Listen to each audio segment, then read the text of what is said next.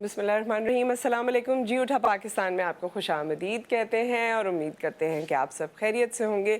میری طبیعت بھی کافی بحال ہو چکی ہے الحمدللہ، اور 2 دن مجھے ایسے لگ رہا تھا کہ جب میں بات کرتی ہوں تو مجھے بڑی ایفرٹ کرنی پڑی تھی، بٹ آج الحمدللہ بہت بہتر مجھے خود بھی محسوس ہو رہا ہے۔ لیکن ہمارے ہاں ابھی کراچی میں خصوصی طور پہ، اور دوسرے شہروں کے کیا معاملات ہیں آپ ہمیں کال کر کے بھی بتا سکتے ہیں، لیکن کراچی میں یہ وائرل وغیرہ والی کنڈیشن بہت زیادہ ہے۔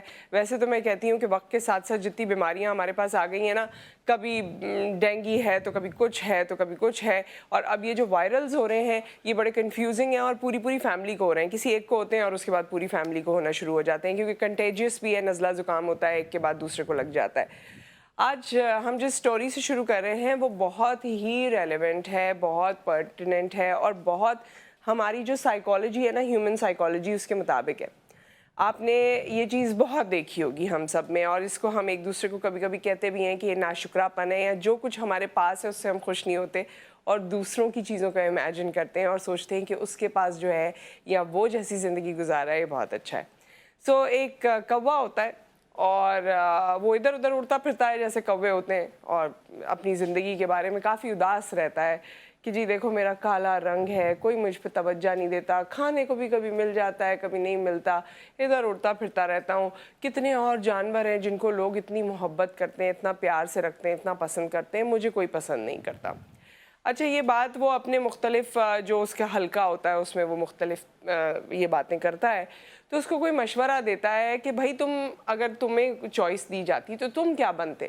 تو کہتا ہے کہ اگر میرے پاس چوائس ہوتی نا تو میں ہنس بن جاتا، اتنا خوبصورت سفید، اور سب نا میری طرف دیکھتے اتنی محبت سے، مجھے اہمیت ملتی۔ تو وہ کہتے ہیں اچھا جاؤ پھر تم ہنس سے پوچھ لو کہ ہنس کی زندگی کیسی ہے۔ وہ یہ سوچتا ہے کہ ہاں میں اتنا اداس رہتا ہوں تو مجھے چاہیے کہ میں ہنس سے پوچھوں۔ وہ جاتا ہے ہنس کے پاس اور جا کے اس کے ساتھ ٹائم سپینڈ کرتا ہے، اور اس سے کہتا ہے کہ آپ کتنے خوبصورت ہیں، آپ کی زندگی کتنے خوش نصیب ہیں، کتنی اچھی طرح زندگی گزار رہے ہیں، اور ایک میں کوا۔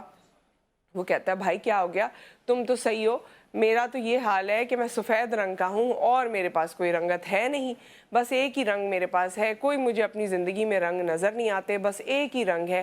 میرا دل چاہتا ہے کہ میرا بھی طوطے کی طرح کوئی ہرا رنگ ہوتا، کوئی لال رنگ ہوتا، کوئی پیلا رنگ ہوتا، مختلف رنگ ہوتے، مجھے بھی لوگ پسند کرتے، اور اب تو میرا صرف ایک ہی رنگ ہے وہ بھی سفید، اور مجھے زندگی میں کوئی رنگوں اتنے مجھے رنگ پسند آتے ہیں۔ یہ بات کوا سنتا ہے تو وہ سوچتا ہے چلو میں طوطے کے پاس چلتا ہوں، یہ طوطے کی اتنی تعریف کر رہا ہے۔ جب وہ طوطے کے پاس جاتا ہے تو طوطا کہتا ہے بھائی رہنے دو اتنے رنگ، لوگ مجھے پنجرے میں قید کر لیتے ہیں، کیا رنگ، بس پنجرے میں قید رہتا ہوں، اور جو بھی کچھ ہے وہ انسانوں کی بس ان کی مہربانی ہے، جو وہ کر دیتے ہیں، جو نہیں کرتے نہیں کرتے۔ میں تو اس زندگی سے، پنجرے والی زندگی سے نا بڑا پریشان ہوں۔ کوئی اچھا رنگ ہوتا ہے لوگ پکڑ کے اپنے قبضے میں کر لیتے ہیں، بچے پکڑ کے اپنے قبضے میں کر لیتے ہیں۔ پھر وہ کہتا ہے کہ دیکھو رنگ جس کے پاس ہے نا اور وہ خوش نصیب بھی ہے وہ ہے مور۔ تو اب یہ سوچتا ہے کوا کہ میں مور سے بھی پوچھتا ہوں، جا کے مور کے پاس وہ جاتا ہے تو مور اپنی دہائیاں دینا شروع کر دیتا ہے کہ دیکھو میرے تو پیر اتنے خراب ہیں اور میرے پروں کا یہ حال ہے، لوگوں کو اتنے پسند آتے ہیں کہ وہ میرے پر توڑتے ہیں، اپنی کتابوں میں رکھتے ہیں، ادھر رکھتے ہیں ادھر رکھتے ہیں، گھروں میں لگاتے ہیں، لیکن مجھے کتنی تکلیف ہوتی ہے، اور پھر مجھے قید کر دیا جاتا ہے، پھر میرا ڈانس دیکھنے لوگ آتے ہیں۔ تو وہ کہتا ہے اچھا اگر تمہیں موقع ملتا کہ تم کوئی پرندہ بن جاؤ، کوئی جانور بن جاؤ، تو تم کیا بنتے؟ وہ کہتا ہے میں کوا بن جاتا۔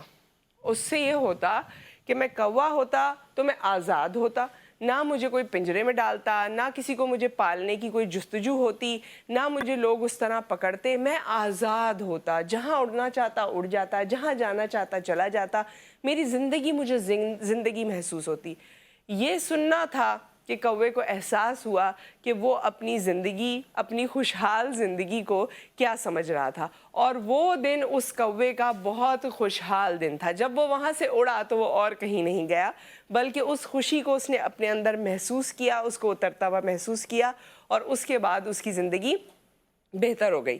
سو ہمارے یہاں ہوتا یہی ہے کہ ہم لوگوں کو باہر سے دیکھتے ہیں اور باہر سے دیکھنے کے بعد ہمیں لگتا ہے ارے اس کے پاس یہ گاڑی ہے, اس کے پاس یہ گھر ہے, اس کے پاس یہ کپڑے ہیں, اس کے پاس یہ جائیداد ہے, یا یہ علم ہے, یا یہ خوبصورتی ہے, یا جو کچھ بھی ہے. رشک کیا جا سکتا ہے اور انسپائر انسان ہو سکتا ہے. آپ دوسروں کو دیکھیں انسپریشن حاصل کر سکتے ہیں, آپ ان جیسا بننے کی کوشش کر سکتے ہیں, یا آپ ان سے بھی بہتر ہونے کی کوشش کر سکتے ہیں, اپنا بیٹر ورژن ہونے کی کوشش کر سکتے ہیں.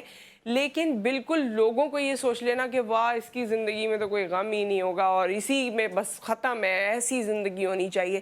You never know. جیسے بڑے کہتے ہیں نا کہ قبر کا حال مردے کو ہی پتہ ہوتا ہے. کوئی کتنے ہی شہانہ انداز میں رہ رہا ہو, لیکن جو اندر کا حال ہے, جو دل کی خوشی ہے, جو دل کا اطمینان ہے, یا جو کچھ بھی ہے, وہ اس شخص کو ہی پتہ ہے جو اس سچویشن میں ہے. باہر سے دیکھنے والے صرف فینٹیسائز کرتے ہیں. کبھی کبھی چھوٹے گھرانے, چھوٹی گاڑیاں, ان میں جو محبت کی مثالیں قائم ہوتی ہیں, جو اپنائیت ہوتی ہے, وہ بڑے گھروں, بڑی گاڑیوں اور بڑی جائیداد والوں کے پاس نہیں ہوتی. اور یہ تو آپ کو پتہ ہی ہے کہ جہاں جائیداد آ جاتی ہے وہاں تو ویسے ہی محبتیں تھوڑا دور چلی جاتی ہیں.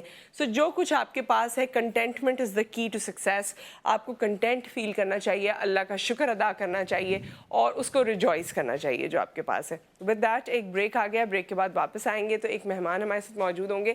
اور میرے ذہن میں ہمیشہ سے یہ خیال ہے کہ ہم کیمبرج کے اسٹوڈنٹس کو ہر سال انٹرٹین کرتے ہیں. او لیولز, اے لیولز کے بارے میں آپ نے سنا ہوگا, میں نے خود او لیولز کیا تھا. اتنے سال ہو گئے ہیں, مجھ سے پہلے سے او لیولز ہوتا ہوا آ رہا ہے اور اتنے سال اب ہو چکے ہیں, بٹ سٹل ہم نے اپنے جو تعلیمی معیار ہے اس میں ہم نے یہ بھی نہیں کیا کہ ہم کیمبرج سے کوئی ایڈوائز کے طور پر, ہمارے پاس وہ کریکولم موجود ہے, وہ ٹیچرز موجود ہیں, ہم نے اس سسٹم کو کسی طرح سے کاپی کرنے کی بھی کوشش نہیں کی. ہمارے سسٹم پہ بہت کرٹیسزم ہوتا ہے اور اس کو ایک ریڈنڈنٹ سسٹم سمجھا جاتا ہے. تو کیا وجوہات ہیں کہ ہمارے اتنے پڑھے لکھے لوگ اور اتنی بہتر پوزیشنز پہ وہ کام کرتے ہیں, لیکن اس کے باوجود جو ہمارا معیار تعلیم ہے وہ اس طرح سے ہائپ کریٹ نہیں کرتا جیسے ہم چاہتے ہیں, یا مستقبل میں ویسے لوگ پیدا نہیں کرتا جیسے ہم چاہتے ہیں یا جن کی ہمیں ضرورت ہے. سو اس پہ ہم بات کریں گے اس بریک کے بعد.